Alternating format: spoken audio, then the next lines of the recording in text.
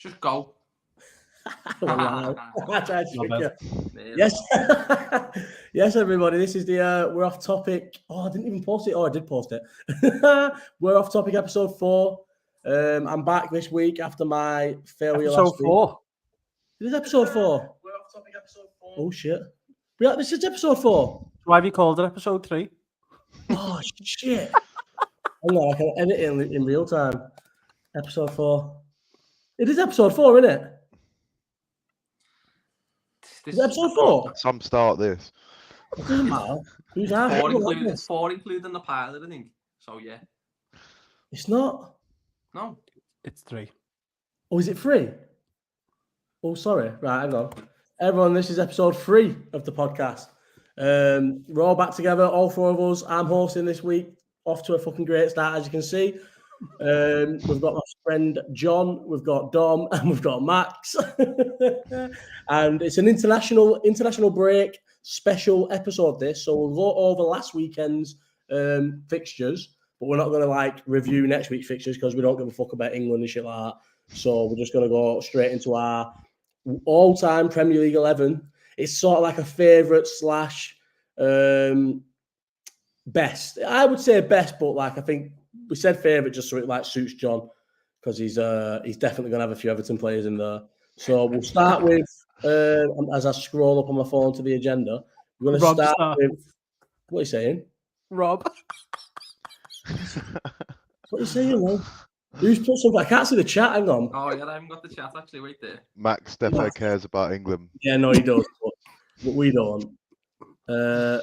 Where's the agenda for this week? This is just terrible. You wrote it.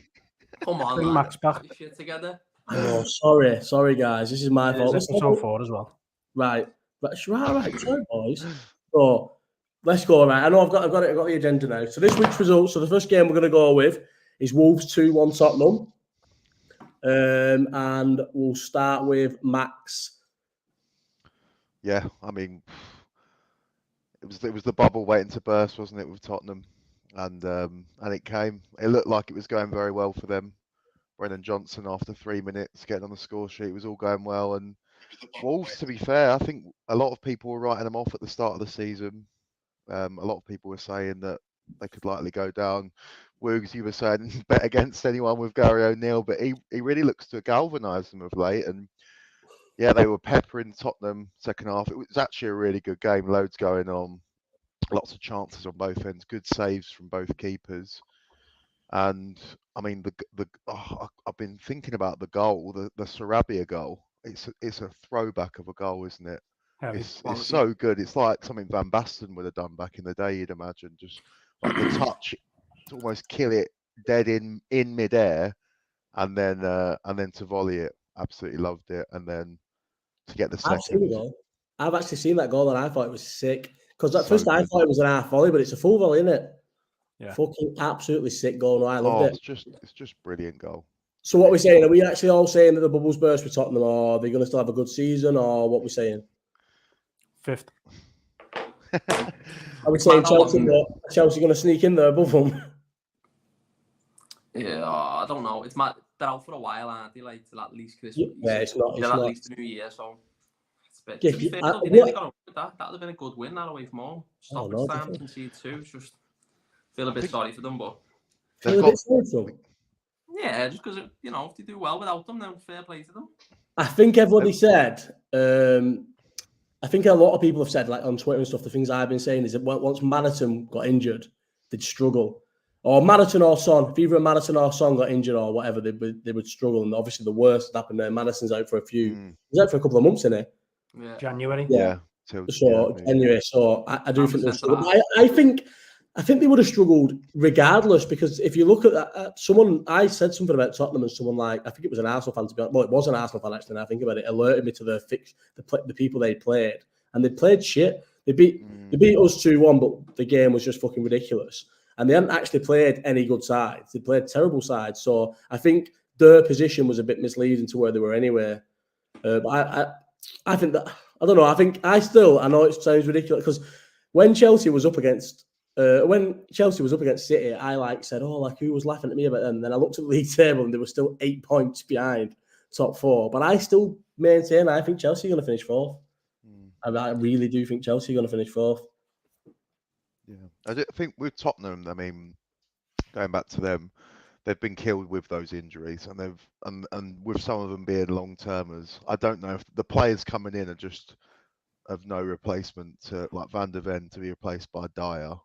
It's just like it's just not it. And then I'd say you don't get top 4 with Eric Dyer at the back, but we got top 4 with Nat Phillips. So yeah, but that was a bit different when we had a decent team ahead. Like Eric Dyer to me has always been terrible. Remember when he signed it? Remember when he signed and the whole thing was like, oh, he speaks Portuguese, and it's like, all right, Portuguese. Oh shit! Was he a defensive midfielder as well at first? I think Mourinho loved him because he's a bit of a yard dog and he's a bit of a cunt. So I think Mourinho loved him, but he's a bad player. What did he sign a new deal recently as well, or is he on the tail? He's on big money. They're trying to get rid of him. I think he's one of them they just can't get rid of because of the money. Yeah, but how are you going to get rid of him? He's definitely going to see his contract out. Yeah, you know. Right, should we move on now? Arsenal, Burnley.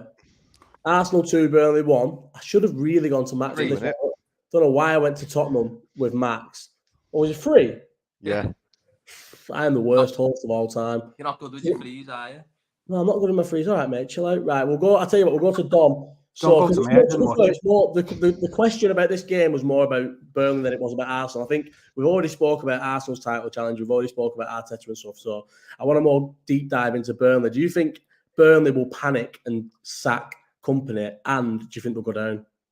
No, I think what you've got with Burnley is you've got similar situation to Blackpool a few years ago when they come up smashing. You're playing brilliant football for Burnley, and Blackpool were playing brilliant football for Blackpool. They won't change the ways. They'll go back down and you'll see them up again. I think they'll be the late Norwich, and you've absolutely fucked the screen up by putting that chat up there. You do that. I can't see past them going down, and I don't think they'll sack him either. I don't think they will. So you think they'll go down and keep him? Yeah. And then just come back up? Yeah, I think that's... I think they've spent too... Like, do you know the way Norwich... I know they have sacked a few managers in the past, but they don't seem to really mind getting relegated because the model is upgrade the facilities, their training ground is ridiculous for the championship as well. They're not really interested in staying up or gambling. Burnley have spent far too... I know I did that video where I said Burnley have just seemed to have chucked it in, and then I got about 15 people replying saying Burnley have spent all this money. Spent 120 million. Like that. I didn't realise that. Well, even that. On what? On who? What? Like, what have they got to show? How have they gone and bought? Like, I kind of know about him didn't because I support because I've got a lot of mates who support Bolton. But how have they gone and bought Bolton's number 1 from last year? Was on loan, and he's their number 1. He's a kid who's only ever experienced his League One, and he's the number 1 in the Premier League. That James Trafford guy. He must be on a big wage, and he must have got promises in his contract that he's the starting keeper. I think Max has just said there, Sanderberg. He didn't cost much though, did he? I think he was like 20 mil, something like that, 25. But was he? Yeah. Is that that's not the ginger Caffles, is it? Is he the big centre mid?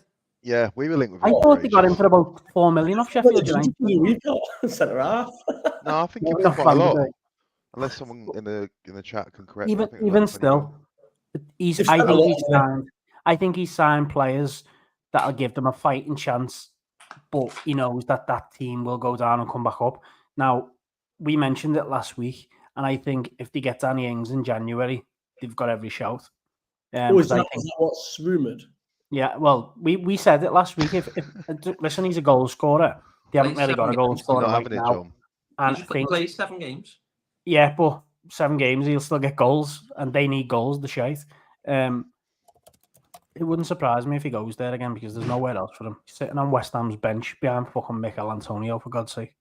He's done well for himself, though, hasn't he, since he left us, like in terms of getting decent moves. If you think big wages, both players get 10-15% of what the fee is, and he's gone for a couple of good fees. I was surprised when Southampton got rid of him to Villa. Well, it was his injuries, isn't it? I think it's a bit of a lottery with him. But that season and a half for Southampton, he was unbelievable. No, he was. He was very good. He so good. And he wasn't even really like a penalty. So good. Do you reckon Company would stay if they got relegated? I feel like someone would take a punt on him in Europe or something.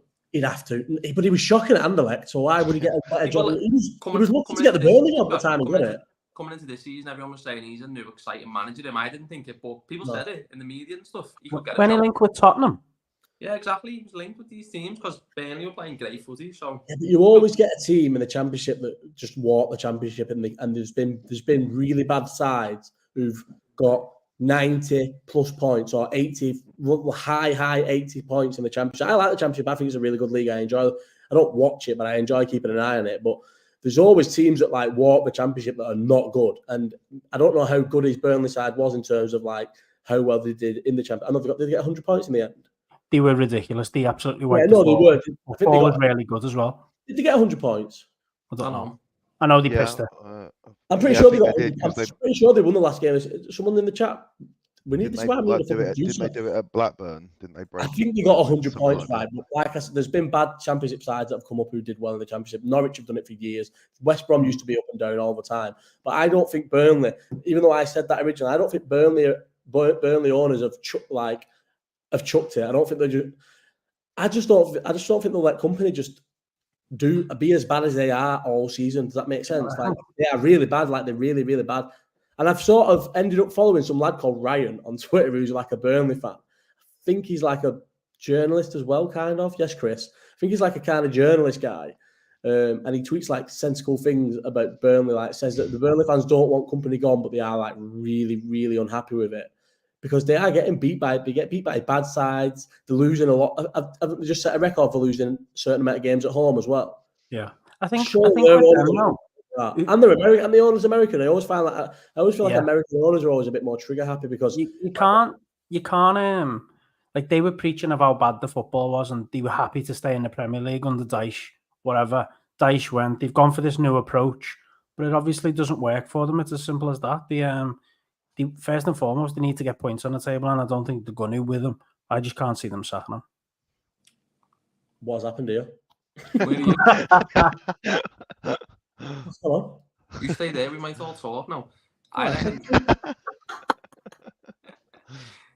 reckon they'll sack him as well in the end. I think they want to stay up. Yeah. Yeah, just because they sacked Dyche in the end because he wanted to stay up, and it was just they want to try stuff. That's why they spent so much money in the summer. So I don't think it'll make any difference to be fair to them. Oh, they're still Burnley though, aren't they? Still Burnley, and they're still going down regardless because they're not very good. I don't know any of the players. Watching the Everton game last week, we passed at them. Didn't know any of the players except Sander Berg. Really, he's just a yard dog, really, and big fella in the middle. I'm fucked here, guys. I don't know how to get this back on. By the way, like literally don't know how to get the camera back on. Oh my god, look at that comment. We're so not on.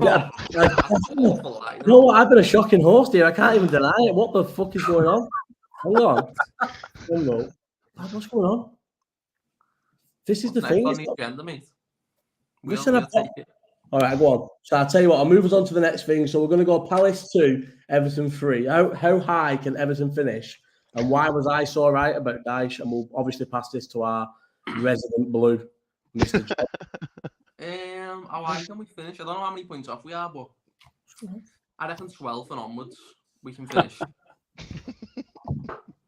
I don't reckon I can. I'm not going to go as high as 10th because it's a bit premature still. I wouldn't rule it out.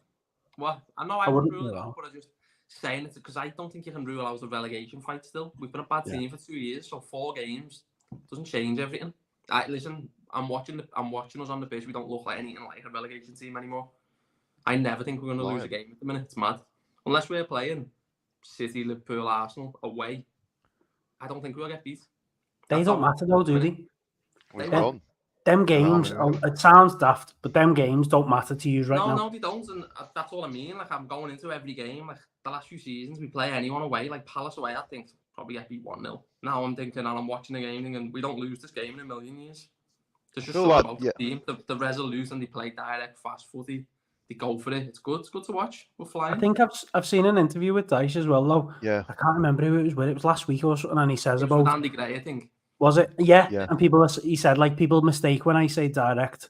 What I want to play like direct. I want to play quick football and I want to get it to the front as quick as possible. You haven't been able to see that, and now you can see he's actually getting results from it. All he means is we don't mess about with the ball anywhere that's in our half. It doesn't happen. Once we get into their half, we play nice footy in half the time. We've got good footballers in midfield and a striker who can hold it up and can play. He does a bit of everything, Dom. And it's a solid team at the minute. Hopefully, no injuries. Like Bramthwaite was meant to be hurt on the weekend, and with that, as soon as I heard that, and Keane might have been playing, I thought we'd probably get beat. We're one centre half injury away from being in trouble. One Calvert-Lewin injury away from. To be fair, Beto can put a shift in, but still don't. Can't horse, isn't he? He's a cart horse, but you can still lump it up to him, and then we can play. So it's better than what we've had in the past. Better than what you've had in the past. So yeah, 12 and onwards for me. Idrissa Gueye was the winner. If we finish 14th or so, I'd be fine with that as well, because it's the first season of that being a bit stable. Back. Yes, guys, I'm back in the room. I'll have to get rid of this shit webcam that I fucking thought was the fucking bee's knees, though. What a garbage piece of shit that was. Sorry, everybody. Look, we've got more. What's going on here? Why is everyone leaving? I've not done that. This is fucking terrible, by the way. Sorry, everyone. I'm the worst host of all time. You're stressing me out today. Listen, we'll have Max hosting every single week from now on. This is me. Sorry, guys. Get Max back. Yeah, get Max back. Right, anyway, that was an absolutely amazing analysis on Everton. Listen, no, I don't want to move. I don't want to move Everton. I was fucking right about Everton with Daesh. Was I not right? Massively. Yeah, right? a little bit, but it's still a bit early. No, it's not. I think you'll finish easily between 13th and 10th, which is a good season. Yeah. 3 years back. That's where it's What I said about Everton when he took over, this was last season when you were struggling, when you just about stayed up. So this is not like new news. I said, you do anything to avoid talking about the games. Danny. I haven't watched a single game all weekend. I haven't watched a second of I watched Chelsea until Sterling scored and turned it off. So there's no denying it. But anyway, back to me being right. I said 2 years, for 2 seasons, you'll get Dice finishing mid-table. And then everyone. Oh, he's back. Yes, Lou. Right, anyway.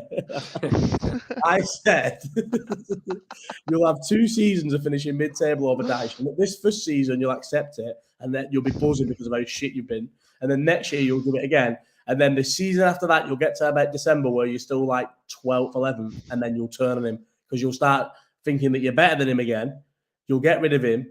And you know what? I don't know, Everton not like a good proposition for a decent owner to come in and buy if you've got the new stadium and your mid-table.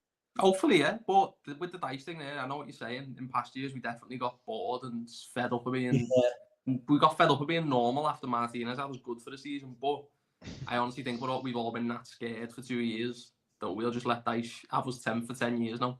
No, not for I don't. 5. You wouldn't. You're not. He's again.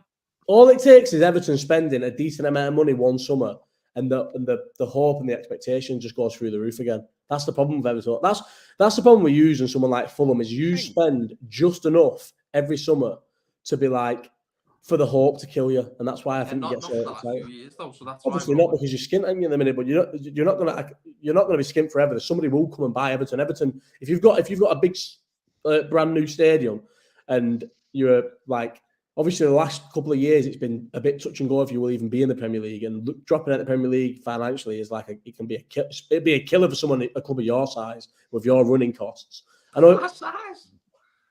You're a big club and you've got a decent club. You're saying the opposite. Sorry, fair enough. No, a decent-ish sized club with massive running costs going down to the Championship would cripple you. If someone like Bournemouth went down, it's not the end of the world, is it really? Yeah. If you went down, it'd be terrible for you. So now that if Dice can get you as an established proper Premier League club with a new stadium, a good new stadium, that's a massive proposition for owners to come in. Not these fucking idiots from wherever they're from, Miami or whatever it is, these 777 or what is it? Yeah, no, I don't want that. But like a proper owner. So surely you would be all right. But I think Everton just by default, Everton fans by default just get bored of being mediocre. It is boring, though, isn't it? I remember when of course, yeah. I'd rather be to finish 7th every year. I used to say. Because obviously you're competing for Europe, I'd be saying, imagine being like a Blackburn who will come in 13th every year. Yeah. I said I wouldn't even want to watch footy, and now I have to watch it every week. So, well, look what they did as well. They did the same. They got bored of finishing 13th. Sam Allardyce got Steve Keane in, and now they're fucked. I used to think it's a dangerous game being bored. The guilty dog you on Twitter. Anyway, we'll move to the next one. I'm reading too much of the chat there. Listen, I'll get better at horsing. This is a rusty horse. Do you know what I mean? I was the first horse, and I've had to take 4 weeks off. Max stole my horse last week, so listen, we'll get back to it. Anyway, Bournemouth. We're going to Bournemouth 2, Newcastle 0. I'll go with this one. Is Europe going to wreak havoc on Newcastle season? So, how entitled are Newcastle fans? That argument that's like gone viral with Trippier. They finished top 4 last season. Yeah. They've just lost to Dortmund midweek in the Champions League away, so they've just got one of the trips of their lifetime because Dortmund is I know, obviously, John, you've never been, but Dortmund is an absolutely unbelievable city here, one of the best in Europe. And then they're kicking off because they've lost to Bournemouth. We lost to Bournemouth last season. Like, decent sides will go to Bournemouth and lose. I don't know what this new manager's all about, but decent sides will lose to Bournemouth. Have you seen the team they played as well? Newcastle? They didn't play full strength. They've got a lot of injuries as well. Also, why is what's going on with this? Why is Trippier? I've not done that. It lagged you out. Why is Trippier going over and arguing with the Newcastle fans? Why is he bothering? And why are they so like entitled about losing to Bournemouth when they?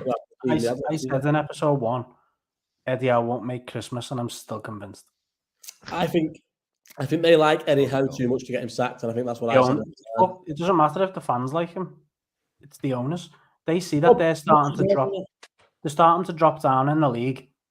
They're also struggling. I wouldn't say struggling, to be fair. Actually, had a couple of bad results, which is no shame in Europe.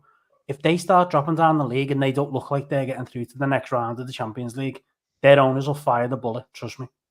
Yeah, no, I do think I do agree with that in terms of their owners are definitely. I think with these projects, you have stopgaps, don't you? So you have managers that come in when you need them. They needed someone to keep them up at the time because they were not in serious trouble because there was enough of the season left. But when Eddie Howe took over, they were like struggling. There was quite a drift, weren't they? So I think they were bottom, under Bruce. They had one of the worst points totals at Christmas. And I think they were bottom. It's like with Villa, with City, how they had Mark Hughes. They went to who was before Mark Hughes? Who had the money first? Was it Sven? To quote Kieran Trippier, how many injuries have they had though? They haven't got a lot of injuries. Must have lost an eye to fucking gambling addiction. Johnny, I think the same. By the way, I know there's other people who disagree with what I'm saying, but I've thought this for a while. I just think the patience, regardless of how long you think he's got. It's all right being a fan, but if you're a Saudi Arabian fucking owner, you don't give a fuck what anyone else thinks, mate. You just want results. So, yeah, I agree to disagree on that one. It's quite interesting. How long do you think he'll get?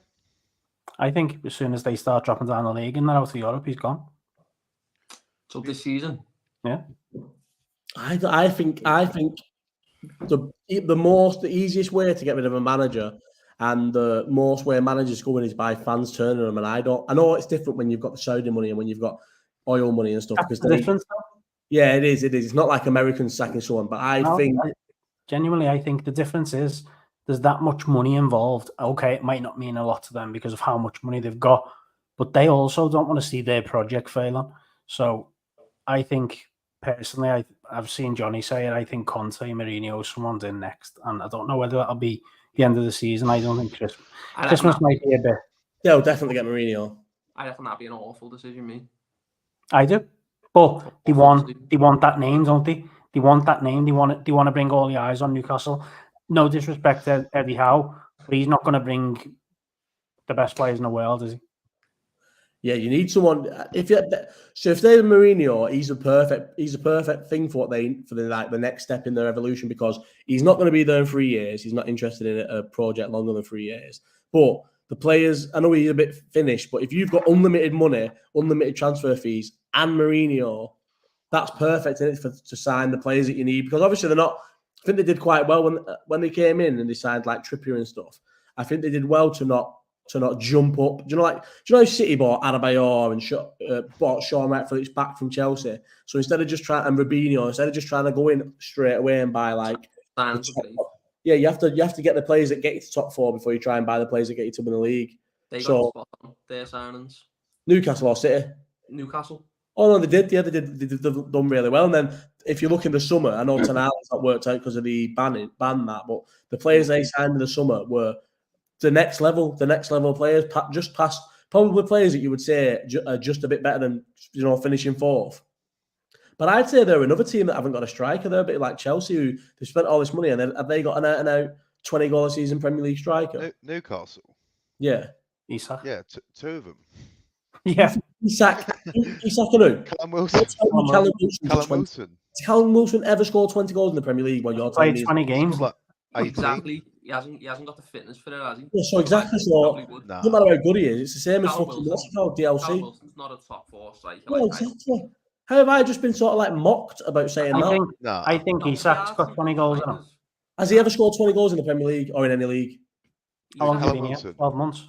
But has he ever scored 20 goals ever? I'm going to Google him right now. He scored 18 last year, something like that. Well, let's have a look at Isak, right? Something like that. So I definitely think he's got it in him. But again, he seems to be sketchy. His goal scoring season is 17 goals. He scored 10 last season. So they haven't got 20 goals. More than 10 last season. He scored 10 in the Premier League last season. No, that's wrong. I'm looking at it right now. No, I'm not having that. It was more than that. Fight him. But it wasn't, because I'm looking at it right now. Not only was it 10 in the Premier League, it was 10 in all competitions. So he's dog shit, first of all. That's not true. Weren't he out for a long time last season? I'm not fucking lying to you. I'm reading it right off the board. 10 goals. Did they get him in January? Or have I just made that up? Doesn't matter when they got him. He scored 10 fucking goals in all competitions. Nice so I think they got him in January. Stato John. Probably the best second striker in the league. 17 goals last season in the Prem. No, he never. He did. I'm reading it. That's all together. No, it isn't. Isak. No, Callum Wilson. He was injured from August to January. That's why you talking about. When I started this, let me just break this down for a second. When I started this by saying Newcastle don't have a 20-goal a season striker, and you two went, they've got 2. And then name me one who scored 10 and one who scored 17. So I was right when I said they haven't got a 20-goal season striker. Stop misquoting. That's what you both said. You literally said they've got 2. They haven't got 1. He's got 2. I said Isak. Callum Wilson has got goals in him. He hasn't got 20 games in him, I said. So they haven't got a 20-goal season striker. Just to confirm, right. I think so, as I said, same as Newcastle, like Chelsea, they haven't got a 20-goal season striker, which I think you need to competitively and repetitively finish in the top 4. So I was right. Thank you, guys. We're going to move on to the next one now. I'll let you have it just because of the shambles of a fucking hoodie. It's a snooty, actually, and it's the warmest thing. Do you know it's that warm and it's too warm? I'm fucking sweating my head off here. And I'm thinking about what is it, Harry Potter? I wish he put a fucking spell on you to get rid of it. It's kind of like Harry Potter, but I think it's like Harry Potter, like I don't know, like anime. That's meant to be Hermione Granger, so it was a 10 at the end of the day. I think like them pop things, aren't they? Pop final. Right, anyway, we was gonna go to the Liverpool game, and then we was gonna go to the Chelsea game. But because we've got Aaron in already, we're gonna go to the Chelsea game because he's our resident City fan. So Chelsea City 4-4. The talking points of this are obviously the freak game. Can either team defend? What was that laugh about then? Someone laughed. Can either team defend? And the main talking point is Cole Palmer dog shit or is he good? And do you know what it was? When I sent that tweet saying he was overhyped, it was like a bit of like a horrible thing for me because the only people backing me up were City fans who don't want to admit that they obviously sold the play on the cheap. But listen, I'll take what comes. So we're going to get Aaron in now, who's going to obviously discuss the game and tell us about City's season. Here he is. Oh, that's a horrendous thing, isn't it? How do we fucking talk about it? Yes. How are we doing, mate? Is you all right? Yeah, it's got to be something better than that. He sounds. I think you'd sort this fucking screen out, mate. That'll do. I'll just go either side of the bar. Right, go on, Aaron, mate. What we're saying about the game against Chelsea? All right, anyway. Yeah, we're all right. How are you, mate? I mean, now it's been a couple of days there. Now looking back at the game from a neutral perspective, like you can't argue that's probably is the most entertaining game in the Premier League so far. But fucking from a City perspective, like the manner of which the game went, I thought it was a bit, it's a frustrating looking back on it, and it conceded a penalty in the 95th minute there to, after we've gone up 4-3 late on. That was frustrating. I'm pretty much looking like rewatching the highlights before, just going over it again. Every goal, I'm looking at it thinking, there's something there, and mistakes self-inflicted that have caused, like the goal you've got Thiago Silva on the first one running at the near post, pretty much unmarked. Then for the second goal, the mistake by Gvardiol, which, it is a proper shitter. Like the mistake, it is terrible. But And then even the third one as well, obviously, giving away. Who was the third goal again there, boys? My mind's gone blank there. Was it not? Oh, Nicholas Jackson, that was it. It was, yeah. it was Edison there. He's parried the ball out and it's gone absolutely, straight in the centre. It could have gone pushed out to the left, cleared it, and then he's tapped in. And then obviously giving away the penalty like that with Diaz. Who's having Edison? A City fans having Edison. Do you like him? Do you know what? I'd say the last year or so, his shot stopping, which is obviously the worst part of his game, has been miles better. Like there was a few instances, especially like the FA Cup final, Champions League, where he's made some big savings, some big moments. So I love Edison, but he does have that mistake in him. But it's just one of them. It's part and parcel. I'd rather have him as he is with that odd mistake that you're going to get than not.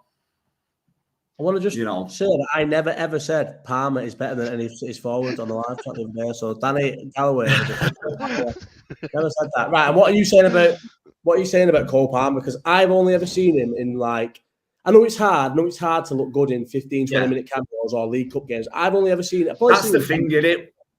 And he's always been dog shit. That's the thing with his cameo appearances that he's obviously getting with City. It's hard for him to showcase what he's about, really. But I thought that first year when he broke in, not last season, the season before, he broke through and he was having these 10, 15-minute cameos or 90 minutes in the early rounds in the Carabao Cup. And I was thinking, we've got a player here, another academy prospect who could be as good as Foden or could go on to that sort of level.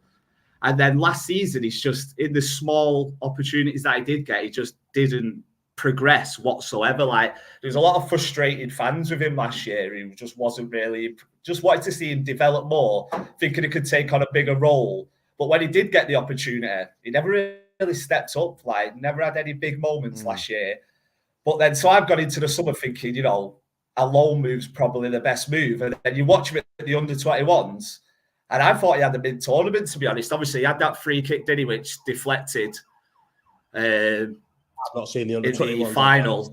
And then after that, he managed to get 90 minutes in against Sevilla in the Super Cup, scored in that as well. And I was thinking, he's actually made a decent start to the season here. Maybe he could go on to have a bit of a bigger part to play in City team this year. Then obviously, before you know it, he's off to Chelsea. And I thought at the time, 40 million is ridiculous amount of money for him. Obviously, you're buying on potential. What would you say? You've all seen clips of Palmer out. What would you say, 40 million?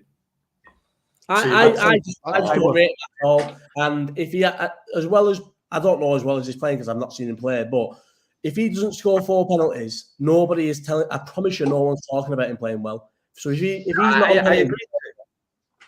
If Sterling's on penalties, I agree with that. But if you look at some of the penalties that he has taken, 95th minute against City, he had the one against Arsenal as well. He's showing his composure. Technically, he's a good player with the ball at his feet. He is creative, and he has actually impressed me at Chelsea more so than he ever did at City, if I'm being honest. But I feel like he would always impress you at somewhere if he's just getting a run of games anywhere. I don't know. I just think. But listen, it's obviously far too early to He's only 21. Yeah, he's a young kid and he's playing well. Yeah, he's got his England call up this week, did he? But would you say he's been much better than Anthony Gordon or someone who's a similar forward player this year to justify the call up over them? Because I wouldn't say that he's been a lot better than Anthony Gordon's had a good year. He's just on penalties. He's just on penalties. That's it. That's what I mean. If you're right, if you do take the penalties away, then maybe you're right. He won't be getting all this attention. But at the end of the day, he's on the penalties for a reason, and he's showing the composure. He's not missed one yet at the same time. So fair play to the lad. I don't think his ceiling is very high. I don't think his potential is unlimited. I think he's got a bit of a capped ceiling, but I think he could go on to have a career similar to sort of like Mal Madison is at the moment and be creative for one of the top clubs.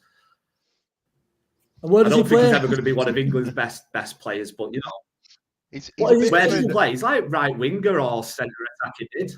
Yeah, he played right. He's playing right wing for Chelsea. Surely he's not fast enough to be an winger. He's playing right wing for Chelsea. But you think that, but if you look at City, our best wingers are Bernardo's probably our best winger, really, and he's not got much pace at all. Bernardo Silva's not a winger.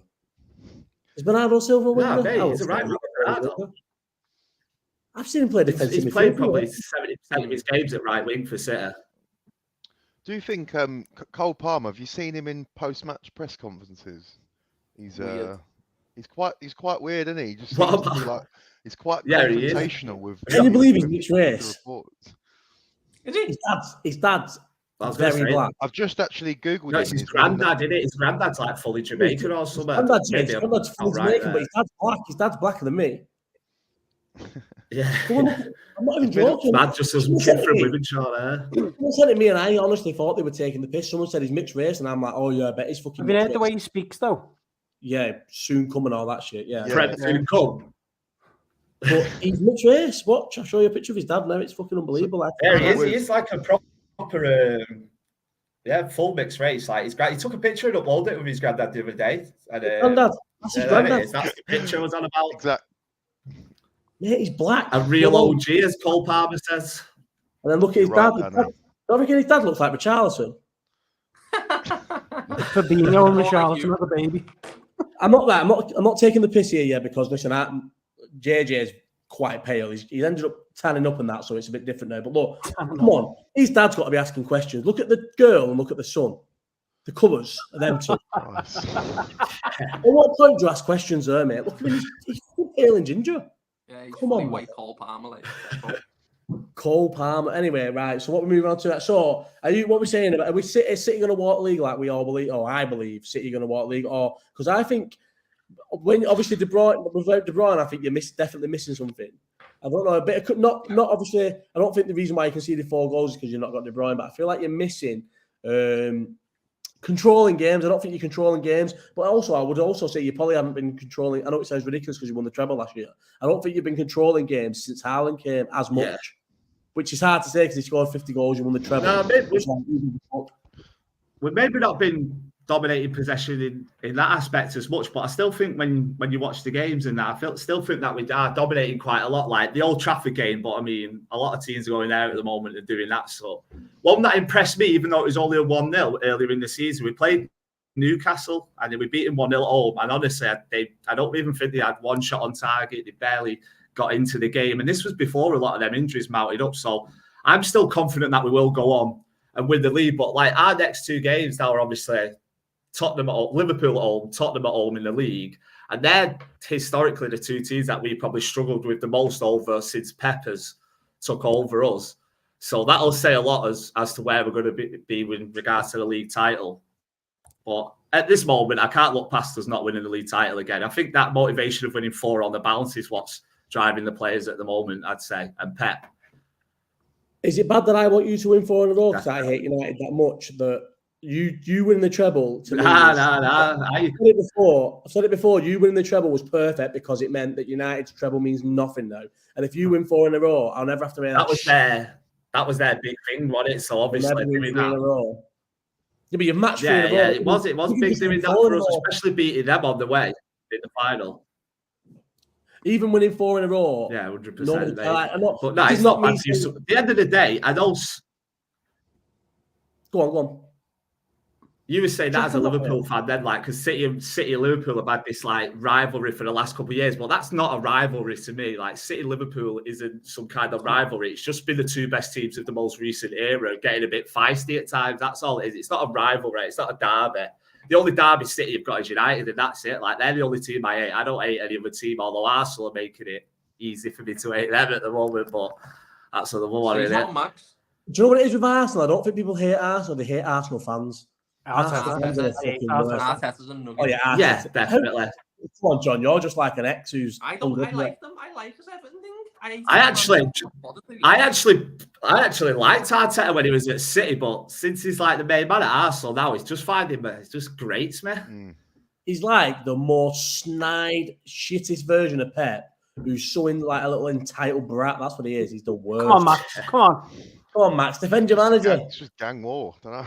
He's on war zone. He doesn't care. Come on, Max. I'd come out fighting. I should have started terrorising Klopp like that, mate. I'd come out swinging. Come on, say something about Arteta. He's a bum. And do you know why he's doing well? He's not even doing that well. Come out swinging. He spent hundreds of millions more than anybody else and finishes second. A million points behind City. He's dog shit, and he'll definitely 100% end up getting sacked by you lot in the end. If you'd have kept Unai Emery, you'd have finished close to City last season. If you'd have had the money to spend that. 3-4 under Unai Emery. You didn't spend any money. And then Arteta took over, and you was in free fall under him until fucking Stan Kroenke decided that he'd fucking whip his money out. That's all that happened. That was only the difference. Don't have it, Max. Don't have it. Max can't defend Arsenal. Have you seen Aaron Ramsdale's dad's come out this week? Yeah, I seen that. Come out? Yeah. That's pretty embarrassing. He's come out on an Arsenal podcast saying that Aaron has lost his smile at Arsenal. Did you? Yeah, do you know what? I literally read the thing because everyone was saying because there's like a bit of a discord saying should a player's dad come out and say this or should they not? But he's saying he's lost his smile. He's done nothing wrong to lose his place. They signed him. They give him a new contract, and then they've dropped him a few months later. Did you see the Ramsdale interview with Ian Wright and that? No. Yeah. He's So there's come been... out just saying like he can't concentrate. Oh yeah, Bugs him along with it, wasn't it? Fight with the crowd. He has to do stuff every 15 minutes or so to keep him but he can't concentrate. Have you seen last season? Anyone can appreciate that. It's me. There's been loads. Yeah, and I imagine you were in goal for Liverpool. I used to be a goalkeeper, for 1 year. I'm actually year 6. I was a goalkeeper because I refused to play up front for fucking Plodder Lane Primary School. So I said I was going in goal, and I was must have been 4'4", just getting lobbed all the time. So are we all going to agree then that both keepers are shit? Just on that Aaron Ramsdale thing there, but there's some things that you don't say in a recorded situation, is there? Do you know what I mean? Like, I'm a Premier League goalkeeper, but I can't keep a concentration for 90 minutes. It's literally one of the only things that you need to do as a goalkeeper. Is just concentrate on the game. It's just some things that you don't come out and say in the open. Especially his face is a picture. It's like especially such a masculine sport as football. Like I know it's bad to say. I know everyone's going, his dad should be able to say things like that, but he's going to get? Do you know how ruthless football dressing room? I don't know what good that's terrorised by the Arsenal thing. But anyway, we're going to move on, and I'm going to throw this one to Dom because I need a piss. So, Dom, Liverpool, big result for us. Well, more. Do you know what was nice about Liverpool's win again? It was routine. And it's nice. I said this on week 1 or maybe the pilot one. It's nice after last season to get back into routine wins. Just rolling Brentford over at home. To be honest, and I just got proved completely wrong. We were just first and second gear. I thought they'd be more of a threat. They had a couple of chances, but that was about it. But what he was saying there about the number 6 thing, I don't know. Josh seems to be preaching this, and I'm a bit. Let's just see how we get on because. Fucking hell, we've got about 300 midfielders now. How are you fitting them all in? I don't understand it. Like, it's okay having all these midfielders without a 6. I get what he's saying, but there's got to be a few players there that can step into that role until we get one. It's not happening anytime soon. Aren't you meant to be signing that Brazilian kid? Yeah, I mean, it keeps coming out that we're after him and that. But is it? Listen, I think I'm just going to say I'd like him just because he is a number 6. But like I've said there, we've got so many midfielders. We can't just keep saying we need this, we need that. Who the fuck are we getting rid of first? Because we both know that Liverpool don't just keep a load of players and buy more. Can I jump in now? I can hear you then while I was having a piss, right, saying we've got loads of midfielders who can jump into that number 6 role. That's the fucking point of a number 6. You can't just throw someone into that role. You need to buy a number 6, a proper number 6. Why do you not buying? Do you know? Listen, I can't see us buying one in January as much as I think we. No, we won't because we don't have money to do that. But the players we bought, that's our midfield now for the next 3-4 years. I think if Thiago goes at the end, when he goes at the end of the season, that's when we'll replace that. I still don't think we will not buy a midfielder next summer. We only have enough money every summer to address one issue. This year was midfield. Last year was forward. Next year will be defence. We don't have the money to do what City do or Chelsea do and address 3 different issues at once. We're fucking, as much as everyone goes, oh, look, I've said this on the thingy the other day. Everyone goes, oh, look how much money Liverpool spent, but look how much money we have to recoup to spend it. And tell me, right, another team in England, top 6 team or top 7 team in England, who would sign, and I don't even think he's going to be as dog shit as everyone else thinks he's going to be, but tell me another team who would sign 4 midfielders and one of them would be fucking Endo for 18 million. They wouldn't, would they? You shouldn't. Well, we both know we've needed a midfielder for the last 5 windows and decided to buy them all in one. It's fucking mad. Because we couldn't afford to buy. We can't afford, it was either that or don't buy any forward in January and the summer. We couldn't afford it. But you said that it can't. That annoys me a little bit as someone who loves 6s. Is saying. To be fair though, go on. I think you've obviously struck gold on that one, but with what's he called, the lad from Brighton, McAllister. I'm not sure if oh, am I? We bought McAllister and we're playing him as a fucking 6. Why not just buy a fucking 6? Do you know what? So we've already seen it. So the Andre talk that got squashed quick by Liverpool journalists. Now, listen, as much as I don't know what he's about, I like him because he's a 6. But the thing is, we've already come out and said there, haven't we, that we're not going to be stopping Bajcetic's progress. That stinks. That just sums us up as a club. No, but do you know what though? I do think he's quality. And if he's fit and they put him straight in the team, stop playing fucking McAllister as a 6. Is he AI? Stop playing McAllister as a 6 and play Bajcetic. Play him as a 6. Just that's quality then. Bajcetic. Bajcetic. The fucking Spanish kid who doesn't sound like he's Spanish. He's got it, but again, we've shown the last few months the pressure on his body couldn't handle that league. No, can you say that, or did he just get an injury as a kid? They've already come out and said that they put too much pressure on him, and they have. He's fucking died off it. Yeah, but they're not just trying to defend. I think he'd be fine, and if we're playing him, I would play him. I would rather have bought a 6. You know what's sad? I think if we'd have bought Lavia, Gravenbach, and Slobozai, that would have been the best a league-winning midfield. Lavia's dead till fucking January, so that would be pointless, wouldn't it? It wouldn't matter. Who's to say that's anything? Who's to say would have been dead if we'd signed him at Chelsea? He had problems before he went there. That was the whole issue. Yeah, but we obviously didn't care that much because we was in for him massively. Anyway, Woogs, may I ask you a question? You can ask me anything. How many goals does Salah have to score before you don't want to sell him? It's not the goals, mate, because I've said this all the time. You cannot argue with his numbers. He'll score goals forever, and he'll score every season. He'll get 20-odd goals. It's the fact that he is dog shit at everything else at the minute. His all-round play is terrible. He doesn't play. Tom, you can smirk, mate. He doesn't play well. I'll smirk and I'll say how I feel about it, but I'll let you finish. He scored 2 against Everton. He was terrible. He scored. Who did we play? He was absolutely. Did he score against? No, it was Diaz who scored against Luton. He was dog shit against Luton. He scored. Who was the game before Luton where he scored as well? Dog shit. Even last season, he would score goals and be dog shit. He played well at the weekend. There's no denying about the quality dip in terms of his contribution, but his goals are still there. And goals, he takes a lot of penalties. That's one. Wait till we get to the all-time 11s. And he's lost a lot of penalties as well. He's lost a series. He's lost and he's lost half a yard of pace, which is massive. I think massive to his game. That was his whole attacking threat was kick and run, because he's not really. He's one of, like I said, I've said many times, he's one of the most unskillful left foot. He hasn't even got a trick in him, and he's left-footed, which is just ridiculous to me. It sounds like I'm negative. He's one of the best players I've ever seen in the Premier League, I think, but one of the best Liverpool players of all time, definitely. Took us to height. He's reached heights I never thought he would ever reach. But I feel like it's just clear bias or just deludedness to say that he's not lost half a yard. He clearly has. He clearly has, because listen, he's not doing that goal against City and against Watford. He would never be doing that. The Roma goal, the Everton goal. Could you see him scoring the Everton goal or the Roma goal or the City goal ever again? No, I just think he's. If you look at it, and this happens with everyone, it doesn't matter who you are.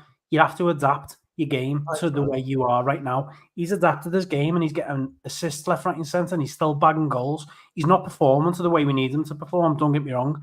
But does that really matter if one of your best players isn't and he's still scoring goals? I don't think it does. Yeah, it does, because I think I think what we're missing from the dominant team we were, right? We're second now. And because we were so bad last season, our expectations have sort of like garnered to where second's not like a terrible position. Yeah, but when we won the Champions League and when we Burnley, we won 107 out of 109 points or something absolutely scandalous like that, and was one of the most consistent teams that's ever played in the Premier League, by the way. Look at that run. Look at the points we got out of our possible points. We're not one of the best Premier League teams of all time because we've not won enough league titles, even though you can look at 97 points and 93 points finishing second is crazy. But so the trophies don't back up how good we were. But that spell of 100 and someone will tell me, Mike will know it. Mike, how many was it? 102 points out of 104 or 107 out of 109 is one of the best runs ever, and that's because we had a front three that were completely, all three of them, in tangent. They worked perfect together. They was all at the same level. Obviously, Mane and Salah were the fast ones. Firmino was never that fast, but all three of them was as good as each other. And even though Salah's getting all the goals now, I feel like him dipping so much it affects how the others play as well, because he's more of a goal scorer now. But we're very over reliant on Salah, and we have been for a long time. Danny's raised a good point. 90 minutes, 50 times a year for God knows how many years, including the AFCONs and everything else involved. That doesn't help, but I get that. But yeah, that other thing as well. I think that affects our game, but would change how we play now. Not Trent overlapping. That you just leave Salah isolated all the time on his own, and like you've said, that yard of pace doesn't seem to be there anymore. So he can't go through a couple of players the way he used to. But if you haven't got someone else on the overlap, you're just running into a brick wall all the time. So listen, while he's still getting numbers, I don't think we can afford to sell him, because Josh, whether you like it or not, we're not replacing him. But I don't think we can afford to keep him. I don't think with the model we've got, the spending model we've got, and this is not obviously if we was Chelsea, I know I keep saying it, but if we was Chelsea or we was City, you would never ever even question selling Salah. You tie him down to a long contract and you just let him see the contract out, and then when he can only play 20 games a season, it doesn't matter if he's on 300 grand and he can only play 20 games a season at Chelsea. Fernandinho was on fucking 250 grand and played 10 games a year.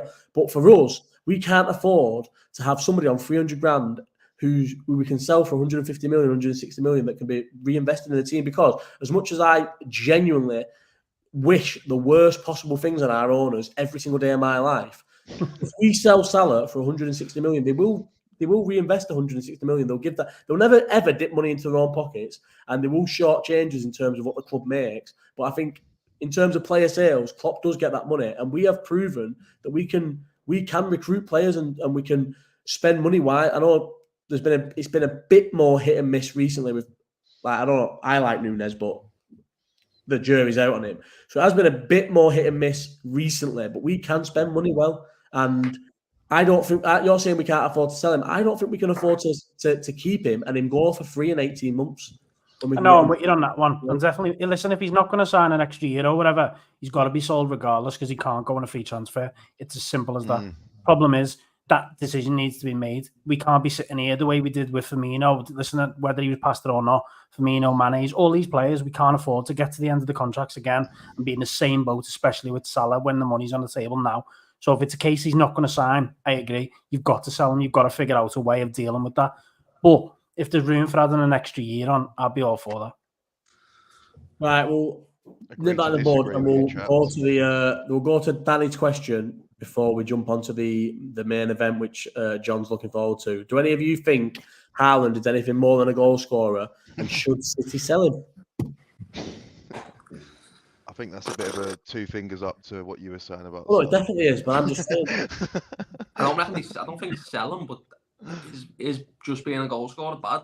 Like, they've just won the treble with him and he's scored all sorts of goals. I'm trying to push on there the fact that we have Salah who's scoring 22, 23 league goals a season. Fucking Haaland scored 52 goals for City last season. That's a big difference between Salah and Haaland. Massive difference. I know I've seen that about Klopp and Salah signing if Salah signs a new deal and adds another 2 years onto his contract, so he's not into the last of every month he is, then I probably wouldn't sell him. But if he doesn't sign a new deal and he's got 18 months left, you have to sell him. Yeah, I'm with you on that one. So we're going to move on to the international break bonus. Let's do it. Right, so John's been waiting for this all day. We're going to go through everyone's Premier League best 11s/favourite 11s to fit in the whatever ridiculous Everton player John's got in. We're going to go position by position and argue with them. We've all done a 4-3-3, haven't we? Yeah, 4-3-3 was the audience. The fingers. So if anyone wants to put theirs in the chat and wants to join in, get your 4-3-3 all-time Premier League 11s. Right, we're going to start with goalkeepers and we'll go this way around. So we'll start with me and go to Max, then Dom, then John. Unless anyone wants to go first, and I'll move you up to the top left, but I don't mind going first. Right, first, my goalkeeper, Alisson. Best keeper that's ever been in the league. Trophies probably don't back it up because we've not deserved a keeper as good as him in a couple of seasons. The COVID season and last season, we didn't deserve how good he was, but he's without question the best keeper that's ever been in this league. So, Alisson. What about you, Max? I was very close to saying Alisson just 'cause how much I'm thinking about modern goalkeepers now. But I'm looking longevity and I'm looking Man United in that era, and I've gone Van der Sar. Van der fucking Sar? We'll argue at the end. Let everyone say their things and then we'll argue. So, Van der Sar, Alisson, go on, Dom. Peter Cech. Chelsea, Peter Cech. Yeah. I hate him. Yeah. Peter Cech before the head injury was fucking unbelievable. Yeah, no, he was. Can't argue with that. I thought Max was going to say. I'm Alisson all day, me. Alisson all day? Yeah, he's just the best goalie I've ever watched, so I don't know what. That's just one of them, isn't it? Let me just put this in the thing so we can start that off. Van der Sar, mate. Van der Sar. I thought he was going to say Cech or Schmeichel. Oh, when he said Man United, I was thinking Schmeichel all day. Schmeichel. Van der Sar. He used to make mistakes for United all the time. He used to make mistakes for Fulham all the time. Did he? Yeah, Fulham. He was a decent keeper for United. He was good. He was all right for United. He was good. He was a good keeper, on average to good keeper playing in a very good side. Are we having Van der Sar top Premier League goalkeeper of anybody in the world? The fans saying no, so I'll put that up. Van der Sar. I'm having him. I just never seem to make a mistake whenever I used to watch him. Flawless. Van der Sar. No, you're not having it. I do think though, I would caveat it with against Barca in that Champions League final. He was rooted for a couple of the goals, so maybe think about it. But I can imagine Cech for Chelsea. I could take Schmeichel. I could take Alisson. I could take. That's it. Yeah, that's it. That's the three, isn't it? Yeah. Isn't there been other keepers other than them three? Oh, Jack's not even having me. I'm sure people will get involved here, but I could put Tim Howard forward, but what? No. Sit down. Even you lot hated Tim Howard. He had a decent couple of years. He was the worst for staying on his line, wasn't he? Yeah. He was a bad keeper. Right, we'll go to left backs. I'm sure we've all got the same left back. So I'll go first. Ashley Cole, obviously. Leighton Baines. You've not got Leighton Baines. I haven't. There's no way. There's no way. Leighton Baines in my all-time 11, that's it. Have you really got Leighton Baines left back? Yeah. Are you not taking the piss? No. Listen, I'm not arguing that he's better than Ashley Cole. I'm arguing he's my 11, and I think he's fucking a boss. But it's best. I know it's Slash favourite, but come on, Ashley, you're saying Leighton Baines. You would seriously, in a real life, take Leighton Baines over Ashley Cole? I would, yeah, just because I love him, and that's that. Leighton Baines, he'd be modern day fullback, better than Ashley Cole. What? There you go. In what way? Ashley Cole defend. He could attack. Like anything, to be fair, and that's sound. He could attack as well. Nah. And he had recovery pace. Leighton Baines was slow as shit. Leighton Baines. Do you know what Leighton Baines? I'm not even just saying this. Was not even top 5 Premier League left backs. No, he was. Defo. He wasn't. He was better than him, other than Ashley Cole. Ashley Cole's probably better than him on the whole, but I'm still. Ashley Cole, Gail Clichy. No. You just didn't watch Baines. He's brilliant, honestly. Gail Clichy. No. Ashley Cole. Lee Dixon. He was a left back, wasn't he? I don't know him. I'm young. Yeah, Lee Dixon, Ashley Cole, Gail Clichy. Gail Clichy? What's going on? Gail Clichy was better than Leighton Baines. It's a fact. Nah. You put Leighton Baines. I'm not having that. What, Gail Clichy? I'm having Gail Clichy. He's not better than Baines. Yeah, he is. Over that sustained period. Listen, regardless of what he done with City, because he went there when they were fucking coming up and whatever. He was also good at Arsenal. Yeah, Leighton Baines over the time. Listen, I hate Everton. You know I do, but over that time, Leighton Baines was unbelievul. Baines weren't scared of leaving his front door. He'd have signed for United and won. Fucking Clichy. You're full of shit. There's no way you think. I think Gail Clichy was better than Leighton Baines. You can't start slagging Max off for Van der Sar and you're pulling out that little bullbear from France. I'm not putting Gail Clichy in my all-time fucking Premier League 11, am I? I'm just saying he was better than the left back at Everton who didn't win a fucking trophy in his life. Van der Sar a bit of difference between putting Van der Sar as your all-time Premier League goalkeeper. Dennis Irwin, good shout.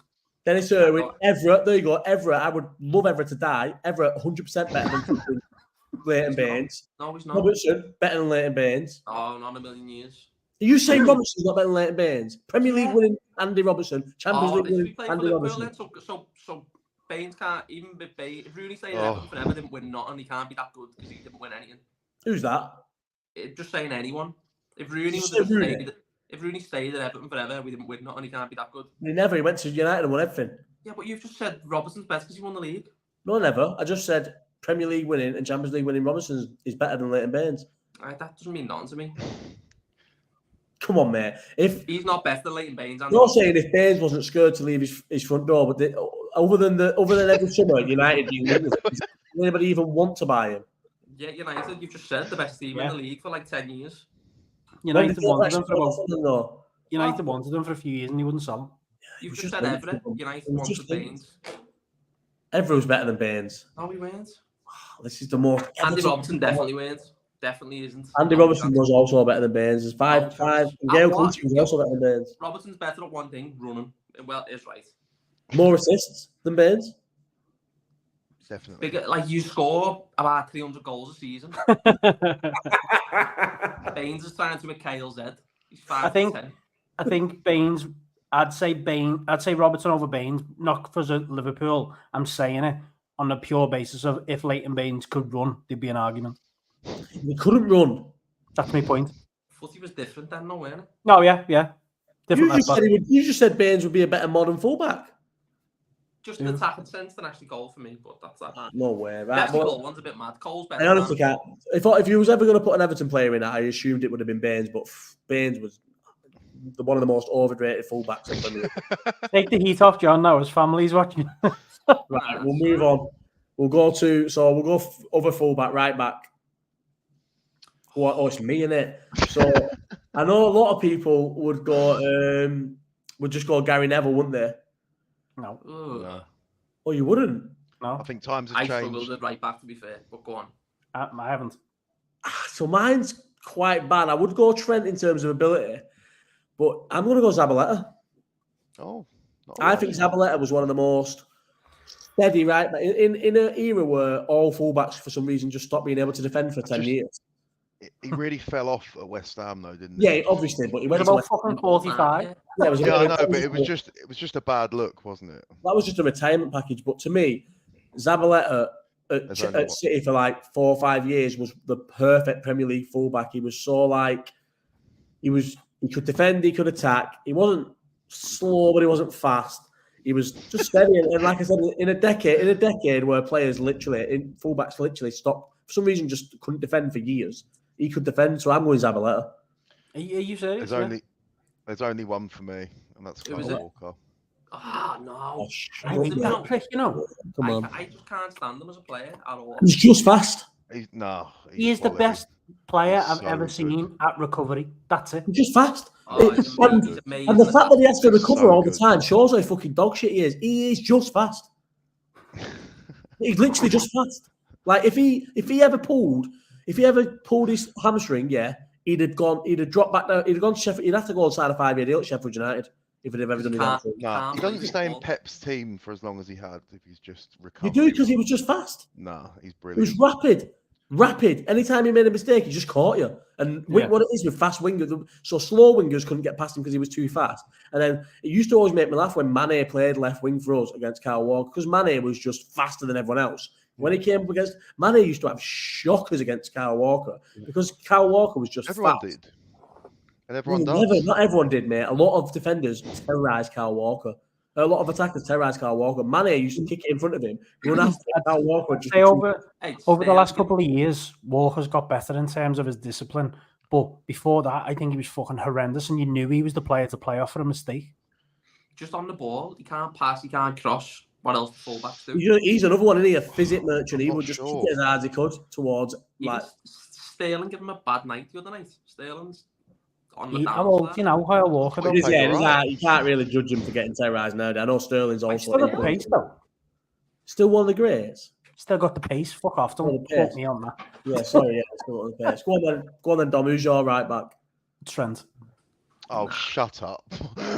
I nearly went Come on, no. You just You said Kyle cannot- Walker. Don't come at me like that. No. I nearly went no. Trent because of just pure. If you He got just embarrassed last season that you had to move him from being right back, and you're saying listen, he's there's your no best one who's a more Right. physical than Trent. Right, He so- can't defend, and No way. people will literally target Trent. Danny has just because he's nailed it that there. bad. Kyle Walker got dropped for John Stones. That is So true. don't come at me saying he had to get moved into the middle. You But can't say just- Trent's the best Premier League right back of all time. if you're going just purely on technical ability, Trent is the best right back Premier League of all time. Yeah, but we're not going on just. It's not Premier League 11 based on purely technical I'm looking forward to this. Spill all no, your it's beans on not. the fucking page. And for the record, I think Dom is almost as an outrageous shout as fucking Leighton Baines at left back. But I You nearly can't have have Leighton as the best Premier League he's right back. so, So stop. so good technical. But I still would say it's a mad one. Go on, Can I John. have my say on why I've chosen him yet? Or just gonna let Go on, you sorry, chat yeah, shit? go on. Sorry, go on. Right. His numbers don't lie, right? Regardless of what anyone says, right back, coming What up with numbers them do you mean? numbers. Yeah, but No, them numbers, Don't you give me any Do you bullshit. mean assist?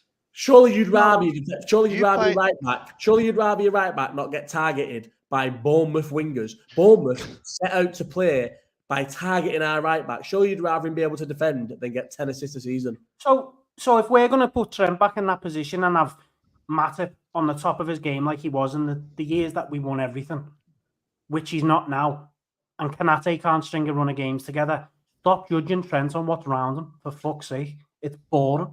It's so boring. You target the left-hand side, our right-hand side. If your right centre-back isn't competent enough to stay fit and your right-back is now being moved to inverted full-back, totally different system. When we won everything, he was key to everything. But he hasn't been able to defend for This is bullshit, single though. second. And one of the best games I've ever seen him play. Leroy Sané was on fucking fire in the Premier League, come up against him and seen his ass. And then a game that cost us the fucking league, Leroy Sané ran in behind Trent because Trent can't defend and scored for City. So we can't have a bad game. Is that what So he has bad games. He's the best Premier League right back of all time. Are we really saying Trent can't have a bad game, mate? He's had shockers. I'm asking can someone have a bad game? Well, he can, but that's like. It's very biased to say that Trent can defend. He can't defend. You've only got one good defensive game, to be fair, and it's that Sané one, isn't it? I don't think he's as bad as people make out. He is, mate. It might not be Dom, but he's still not the quite best bad. Premier League right back of all time. That's my only point. Yeah, but I think not the best keeper. This is opinions. It's my opinion. I think a good shout for centres. There's not that many good right backs, and he is miles ahead of them all, technically. Yeah. And no, look, don't get me wrong. When him and and Robertson playing, they were that season, that 19-20 season, when both had a stupid amount of assists. Like they're in there in their own rights for that season alone, arguably, and for how. So what are we saying? Have I got to put Trent as centre mid then? No, you just got This is my argument then. I think he's the best right back I've ever seen in the Premier League. My opinion. You don't like it. I'm not asked. I know, but he's a right back who can't defend. Are we? I know, yeah. Fuck, Dom's fronting us because Are we? Trent gets fucking terrorised by wingers who literally play for Brighton. He can't defend, bro. His positional awareness is a disgrace. It's not bad, it's a disgrace. He literally never checks his runner. People running behind him all the time. He's not, even though he's not slow, he's not got enough recovery pace to be as bad at defending as he is. Do you know what it is? And it'll always be the Wool and Scotia breakdown. Scotia's love him because he's Scotia, and Wolves can see how fucking dog shit he is at defending. Honestly, I couldn't give a fuck whether he was Scouse or not. What I'm saying to you, I like him. I loved him in that position, and I think he was key to us winning everything. He was.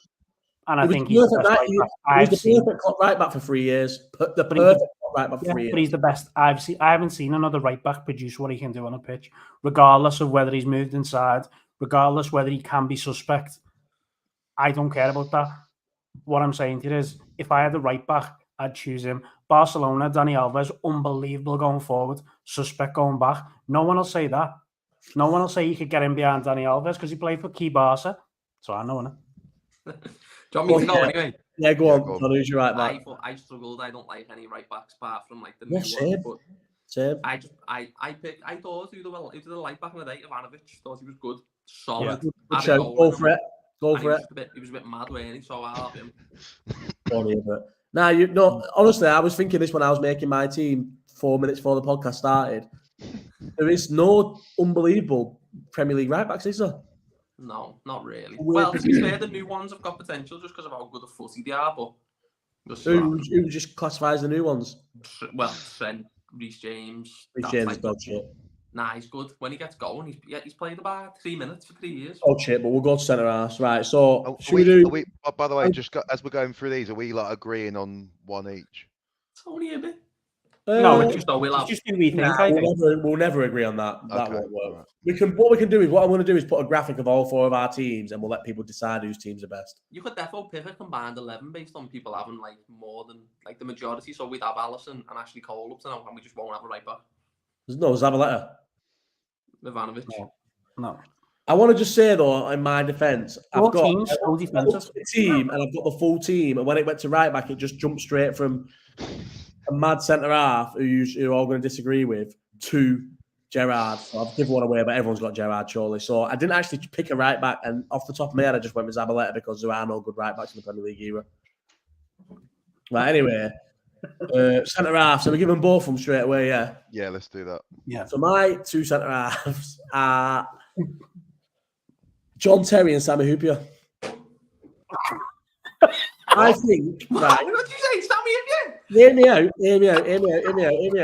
Right, hear me out. If you put Sammy Hoopier in my God, lad. One, right, hear me out. If you put Sammy Hoopier in any good Premier League team, not Liverpool bad sides under Houllier, not Liverpool okay side for one season under Benitez. If you put Sammy Hoopier in United team under Ferguson, he would be one of the best in the league. So I'm going. Maybe I shouldn't have gone Sammy Hoopier, but I just thought I'd go one off the thing. I tell you what, I'll go John Terry and Japstam. That's the shit you've just given me. You can fuck right off. All right, John Terry and Sammy Hoopier, I stand by it. He never had any pace, but he still read the game just as well as he did at the end of his career as he did at the start of his game. I agree with you. There's never been a more intelligent centre half than Sammy Hoopier. He was unreal. That's wild. I don't even think you believe. He was that. unreal. Unbelievable, man. He went one of the best. He was, top level, but not one of the best. I think he was one of the best. That's your opinion. I don't think anybody could read a game like he read a game. He was just in really bad Liverpool sides for years, who never ever really had until he was too old and a good defensive midfielder. Go on, who's next? Yeah, instead of going for who Fergie didn't sign, I'm going to go for who did sign. I'm going to go for Rio, Ferdinand, and John Terry. Ferdinand and Terry. Ferdinand was terrible. Cannot stand Rio Ferdinand. Yeah, I know. It doesn't matter if you like him or not, but no, I thought. I also don't think Ferdinand was that good. I think he was overrated to fuck. Overrated to the max. Terry was unbelievable. Who's that? Supreme Hoopier. See, look at everyone. Oh, but fuck off. Oh, I thought Mike was on my side. I thought he was telling you to fuck off. Right, whatever. Fuck you. Right, go on, Dom. Go back to Rio. Sorry, what was the? Yeah, go on. I just think Rio was overrated. What? Why do you think he was overrated? He was never as good on the ball as people made out he was. He always played in a United side that had an unbelievable midfield and attack. If you go down most United league winning teams, they conceded quite a lot of goals, but they also scored a lot of goals. They would win games scrappy. They'd win 2-1, get last minute goals. Don't think that many. I know that someone's going to go, something did happen, but United definitely didn't keep like record number of clean sheets in most of the league winning sides they won. I just don't think Rio was that good. Just feel like he was like the first Rolls Royce, like the term of it. Like if you ask every player about Rio, they'll all say he was like the best that they played against. Who's Supreme sticking up for those? Is he talking about Hoopier with me? Hoopier, yeah. Who's yours, Dom? Yeah, who's yours? Mine's John Terry and Van Dijk. Mine's the same. John Terry, I think like. Why did you go Van Dijk? What? Why did I not go Van Dijk? I didn't even think of Van Dijk. No idea. Because you chose Sammy Hoopier. Yeah. I have literally wrote as well. I literally wrote Sammy Hoopier down as well. There's no point in even explaining. John Terry was fucking unbelievable. Unbelievable. Horrible centre half. threw himself in front of a bus if he had to, just to block the goal. I loved him, mate, and I fucking hated him in that. He was at Chelsea. And Van Dijk, there's no even reason for explanation of that. I'm changing mine to Van Dijk, by the way. No, you're not allowed. No. And is yours Van Dijk and Terrier? Mine, John. John's got two Liverpool things in his back line and goalkeeper. How good are they, though, both of them? Oh, unbelievable. Alisson's, without question, the best Premier League goalkeeper of all time. Unbelievable. I'm going to go to midfield. So it's a three-man midfield, right? Are we naming all our midfielders? You just three. Right, Yeah. so I want to say that mine, as a little caveat, that I've gone with practicality, right? Yeah, I have. as well. So I've gone. You can't. I was gonna go Yaya Toure, right? But instead of going Yaya Toure, I went with Gerrard, Lampard, and Essien. Because Oh. why are you laughing? Mate, why Essien? You saying? Because he was one of the best number sixes ever when he was at Chelsea. Oh my god. Makaleli. He's What? a red, Mike. Makaleli. Makaleli at Chelsea wasn't Makaleli. It was in Madrid, though.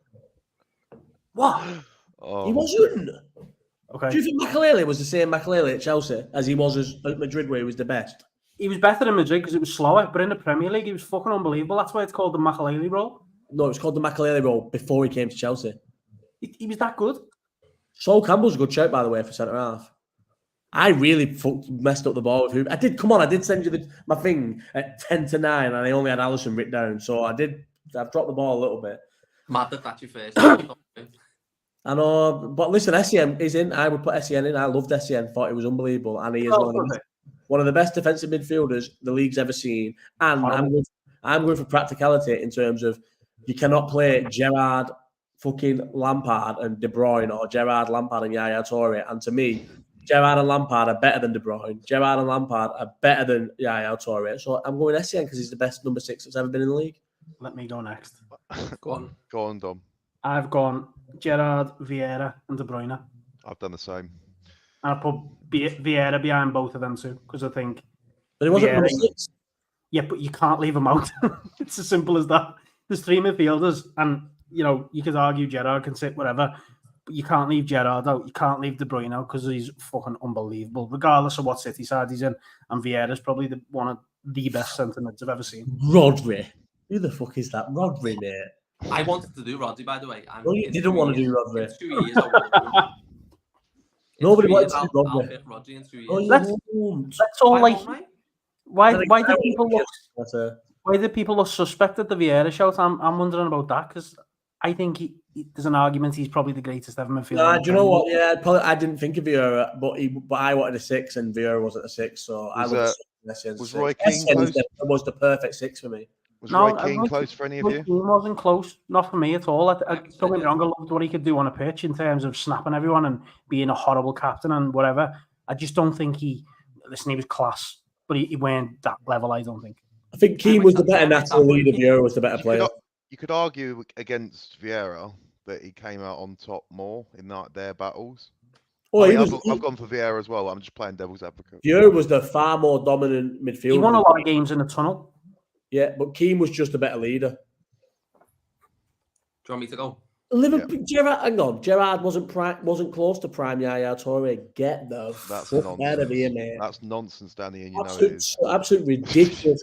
That's nonsense. That is it. Yaya Toure is another one, mate. One of the most overrated Premier League midfielders of all time. But he had 3 good seasons, I think, ever. Fuck that, mate. He was all right at Barcelona, who fucked him off because he wasn't good enough. And he had 3 decent seasons, maybe 4, in a City team that spent £1 billion every summer. Wasn't that into Gerrard? Please don't compare Gerrard. And I wasn't that into Gerrard. I in Hollywood because he was fucking used to piss me off most games, but he was still 1,000,000 times can't wait. Fuck you, Mike. But he was listen, no, Danny, I the exact same. He was selfish. He always wanted all the eyes on me. He also was not a good captain either. He was a very, very, very, very, very good midfielder, but he wasn't a good captain, Gerrard.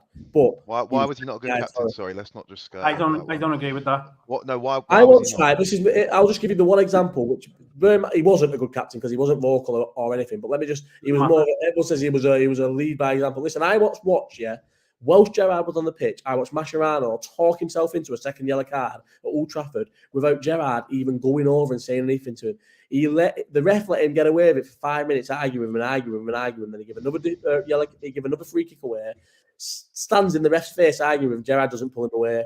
That, to me, no matter what comes before that or what comes after that, is not a good captain. Henderson would never, ever have allowed Mascherano to talk himself into a red card at Old Trafford, and Gerrard did. He wasn't a great captain. He was a great player. And that's it. Do you want me to go? Yeah, go on. You get yours out last. I've got a bit of I've got Gerrard, De Bruyne, and then my last one. He's probably not as good as people usually have said, but I just love watching him. Fabregas. Yeah, I just Fabregas, best Spanish player that's played in this league. Yeah. So I'll have him with them too. We missed out a good few though. David Silva. Midfield's out. David Silva in the chat. David Silva, yeah, like anyone who would have Yaya Toure, you can't argue with that. I don't have De Bruyne, but you can't argue with that. The Premier League's been blessed with unbelievable midfielders. Even Keane, you'd think, is a bit unlucky to miss out. How come you didn't have Scholes, Josh? Because he's fucking dog shit. Scholes, would you seriously know, would any of you three have Scholes in your top 10 Premier League midfielders of all time? Yeah. I don't know. If you write them down, I'd have to go write them down and whatever. I did think about him. We've just named 10. About that, yeah. Scholes is not top nowhere. Wasn't even England. He wasn't even England's top 5 midfielders of his generation. He was not great, was he? Come on. I think he was. I just wasn't. You've got a bit of an agenda, Woogs. Listen, I've not got an agenda. Come out with. I've not got an agenda. I'm just on the right side of the Scholes argument, mate. Fucking Fergie tried to replace him every single summer. Have you had one that United player yet? Yeah, there we go. So anyway, next position. Right, go on. Is it attackers? So mine is Henry, Ronaldo, Suarez. Ooh. How do you argue with them three? Best number 9 of our generation. I've got two of them. Best number 9 of our generation. Ronaldo, second best player of all time. Henry, best Premier League striker of all time. Best player of all time. Best Premier League striker of all time. Who? Henry. So who's on the left, Suarez? It doesn't matter. It's fluid. You just said Henry's the best number 9. The fluid front three where they can all run about each other. Yes, that's sound. Go on, Dom. I've gone. Dom, sorry, Max. Oh, sorry. I've gone Salah, Henry, Ronaldo. Salah. Okay. Yeah. Salah, numbers do not lie, and just ruthless. I feel like that's a very modern. I think Salah's you watch football with stats and modern football, and Suarez is you watch football with your eyes, and that's not a dig. That's just Suarez never played on the left, so well, it doesn't matter about that, does it, mate? You've gone. None of you. Yeah, but all right, then I'm not going to put Alan Shearer on the left, though, am I? Who was your midfield? Me? Yeah, who's your 3 midfielders? Same as Tom's, Gerrard, Vieira, De Bruyne. Oh yeah, I'll let you off a little bit because Vieira sort of plays a 6, just about. Not really, though. It wasn't a 6 though. So now my attackers don't really fit into the formation. We're fucking tearing them down. But your midfield would get run ragged because they're all fucking camped on the edge of the box and there's space in behind them. You know what I mean? But because Suarez might not be the best off the left side, my front three's full. Well, most of the goals coming in from the left. I would we could definitely interlink with each other and play all over the place. Henry was one of the best from cutting in on the left side onto his right foot. John, what? I'll say Johnny's put Rooney's assert, sure. Rooney should think about him. Fucking Bale, mate. First of all, he was a left back for most of his Premier League career, bar 2 seasons. At which point he played left wing. He was never ever a forward for anybody in the Premier League. If anyone's come into this chat late, it's not who's been classed that was in the Premier League. It's the Premier League, and that's it. Rooney's. Obviously, it's a shame that Rooney's missing out, and he was an unbelievable player, probably the best English player of all time. He's not missing out. Who's yours, John? Man's he's not missing out. Man's Ronaldo, Rooney, Henry. Right, okay. I don't think you can put Rooney. Who did you go for, Dom? I've gone for Salah, Suarez, Henry. Oh, Salah and Suarez. The thing is, I had a toss-up with Suarez and Ronaldo. That was my toss-up. And listen, Ronaldo's second greatest player of our generation. We all know that. I'm going with a bit of a John shout here when he said Baines.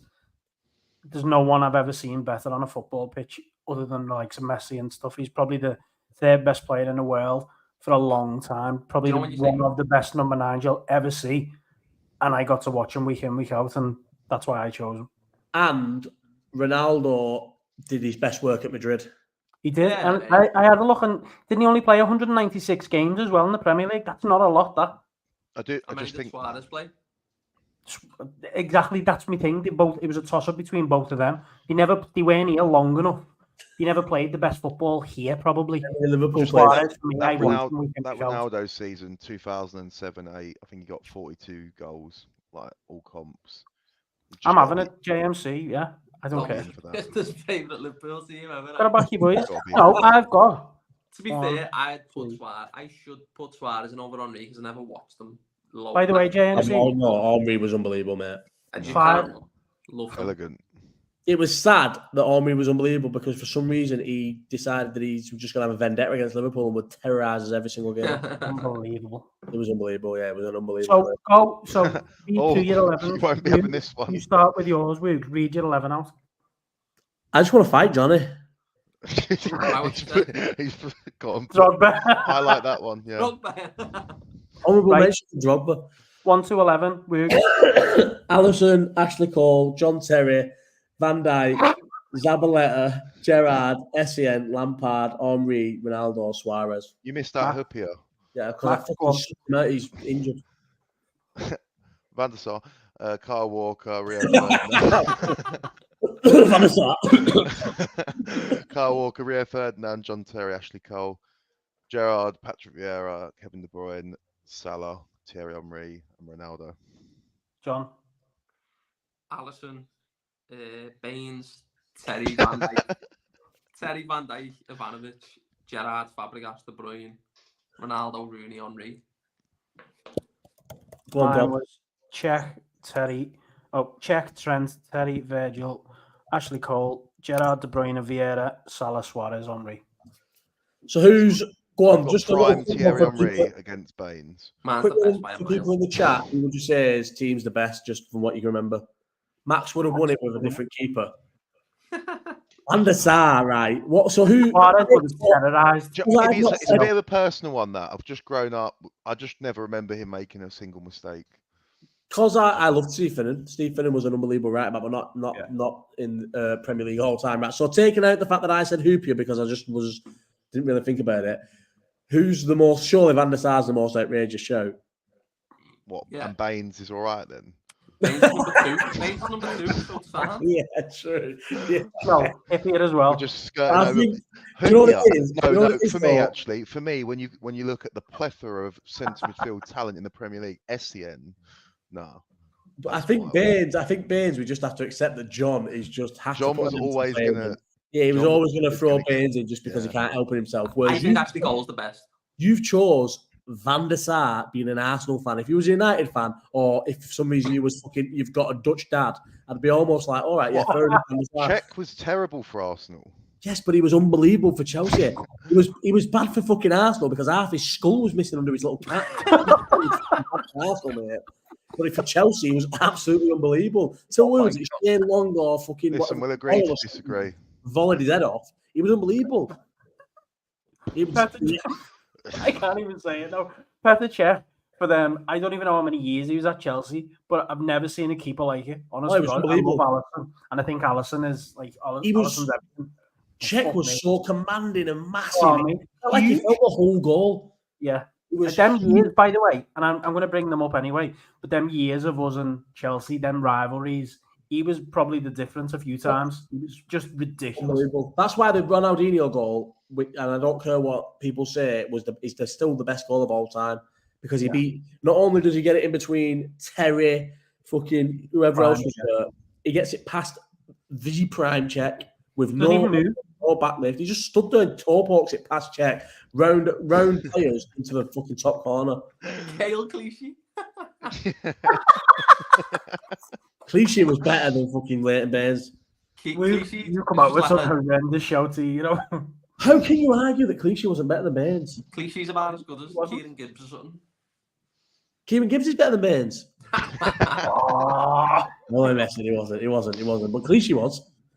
Clichy was good for Arsenal, good for City, won Premier League titles, got loads of goals and ish. I don't know if it's loads of Don't goals. fill in at a good team, win a league, and you're better than these players. Who are Nobody ever wanted to buy Baines except except BBC. The BBC fucking transfer rumours page used to say Man United are looking to buy Baines for 25 million, and obviously it never happened. He was scared. You said he was scared of leaving his front door. He lived in Wigan, mate. He could have played for United, and lived in Wigan still. So it's not like he was scared of going to United. United never wanted him because he was just okay for Everton.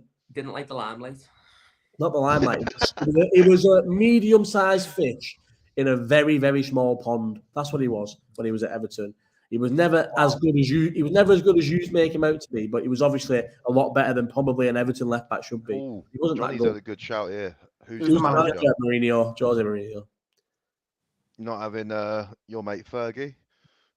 Absolutely not, man. But then again, if we're going off Premier League, I suppose you have to go Fergie. But in terms of worldwide, who's the better manager, Fergie or Mourinho? Mourinho was a far better manager than Fergie. Wenger was a far better manager than Fergie, and Klopp's a better manager than Fergie. But Fergie probably Premier League era. Yeah, you'll have to go Fergie because he just dominated the Premier League. Yeah. But I would say Klopp, Wenger, Mourinho, a better manager.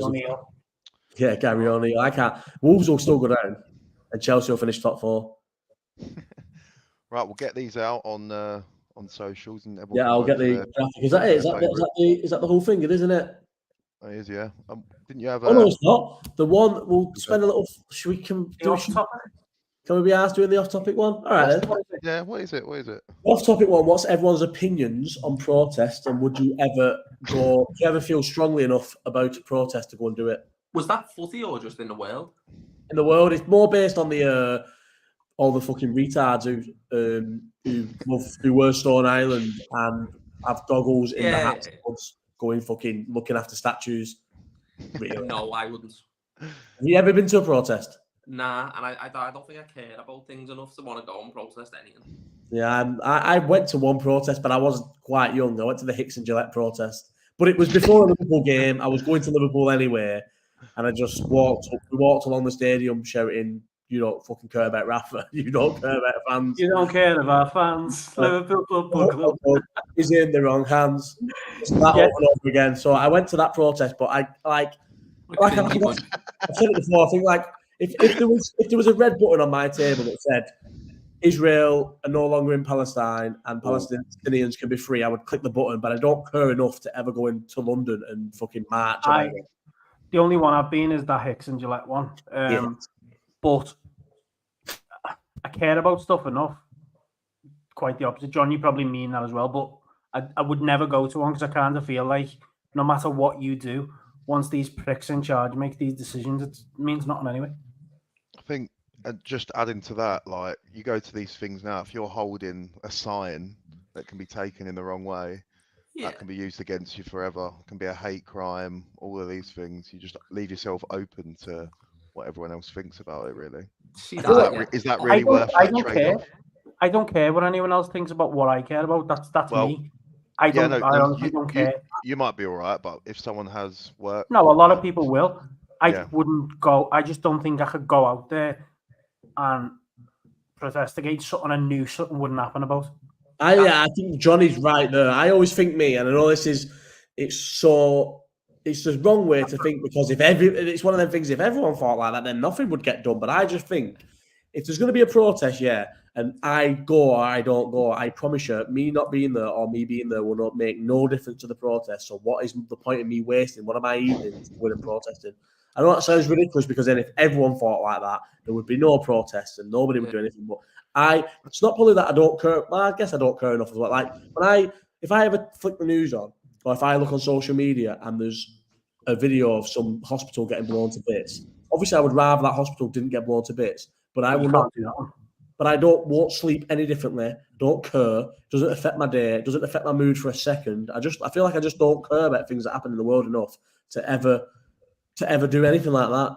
I don't care. That's my exact thing. And Dave's comment there about caring about something, obviously something close to home or anything like that, then yeah, I would. And obviously, but things that happen in the world, obviously I'll look at them and think that's awful. Like, I'm gutted that's happening. But then I get on with my life really. And Supreme being, you're probably right, but what John said is perfect. But that is what they want. They want people to not be asked. But I just don't care. Like I don't know. I've never really cared. Maybe. I am also glad that there are people that care. I'm glad that there are people who care. Definitely. But I do not like the whole Ukraine thing. And it's not just because a taxi driver won't let me in his car in the Ukraine. I just don't care that Russia invading Ukraine. Could not give a shit. To be fair, obviously, Palestinians. Go on. If she was on the other foot and stuff was going on by our house, I'd be gutted if no one cared. So probably we should do, shouldn't we? But no, everyone's got loads of stuff going on in their life, don't you think? It's hard to. John, it's not that you don't care. You care, but you're I care about the subject. Powerless powerless. That's the thing, and regardless of whether me or you went out, and maybe me or you and 10,000 other people, I still don't think anything changes. Once the decisions are made. I think what you're saying there, Dom, is a nice. What you say, you're trying to make a nice spin on it. But I on it like. Not nice. This is going to sound quite ruthless, right? If you said to me, "Look how many kids have died in the Ukraine, been bombed to bits by Russia." Yeah. All you have to do, me personally, is go and stand outside somewhere in London for two nights, in the cold, and the war will stop. I wouldn't want to do it. I don't care enough to fucking go and be cold for 2 nights to stop the war. So I genuinely don't care enough to do anything about it. I'd rather it didn't happen. If there was a button that stopped it, I would stop it. But I will never ever go and spend any of my evenings in the cold protesting about things ever. So yeah. I think I agree. Yeah. Sad it is like. So, but I think in terms of protesting, we'll just do a filthy protest. Danny, he's not in prison. Yeah. What's that? Where do we stand with filthy they protest? smear shit up the walls and smear themselves in it. Danny, I never walked out against Sunderland because I've never agreed with any of the ticketing protests. Not in terms of not agreed with it, I just don't care again enough. Like the whole one, I went to the whole game. Proud to say I went to the whole game because like I've said before, I would not let the spirit of Shankly tell me what I should and shouldn't do with my Liverpool tickets. I went to the whole protest, and the pictures make it look well worse than it was. There were a lot of Liverpool fans that went to that game, and the Sunderland game, when it was apparent that the whole stadium was going to do this, it was going to be a lot more the majority. I sold my ticket for the Sunderland game. I didn't go because I probably wouldn't have walked out, and then I would have looked like a scab. So no, I didn't protest at the Sunderland game. And I've never done any of the Everton ones either. What Everton ones have you done? Like for the owners and shit? When you going to do one last year, and no, not many did. Before. I think some people might have walked out last year. People stay behind the game. Max tries to hide the fact that he's a Tory from us all. I think we don't talk about politics on here. No, Jimmy outed him and told me he's a Tory. Bound to live down there, isn't he? Did you see the way they tweeted to welcome him back? It was like he's back with like a flame emoji, like it was a footballer. Here we go, didn't we? Yeah. I think he replied to it. The fucking Romero guy was like, "Whoa!" What's that? The Tory Twitter output. Here we go. James Cameron, not James Cameron. Is he the pig shagger? Yeah, David Cameron. Yeah, he is. Yeah. Come on, is he the pig shagger, the ex-prime minister of the country? You must know if he was the one that shagged pigs or not. No, I'm trying to work it out. Honestly, couldn't give a fuck. Could have been any of them. I'm definitely never. I'm gonna protest vote me and go Greenpeace, or is it Greenpeace or Green Party? Greenpeace. Anyway, we're massively off topic here, and no one gives a fuck. And we'll end it on the fact that Dave says James Cameron would definitely do a better job than fucking David Cameron at anything. So, this is the next James Cameron? James Cameron is the Avatar director, Titanic director. Is he? Yeah. What do you mean? Is he? Yeah. Can't bring knowledge like that to this. What? Wouldn't have known. Yeah. So John doesn't watch films, you know. No, I do. I watch a few. I know. I've seen them too. Luckily, I don't watch many films. What the fuck, man? Why do people not watch films? Films are sick. I think what films have we not watched?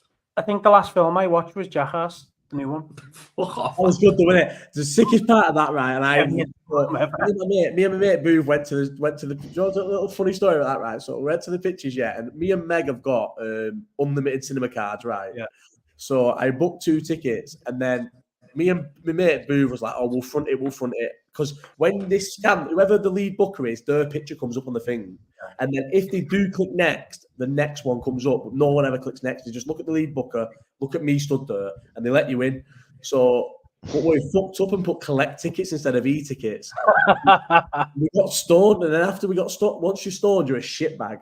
So anyway, we go to the guy at the front of the ticket, like to collect our tickets, and we're like, so yeah, we have got 2 tickets, but I'll be honest, he's got my girlfriend's ticket, like, so we'll buy one. And the guy was like, nah, listen, you've got 2 tickets, don't worry about it, you can have them.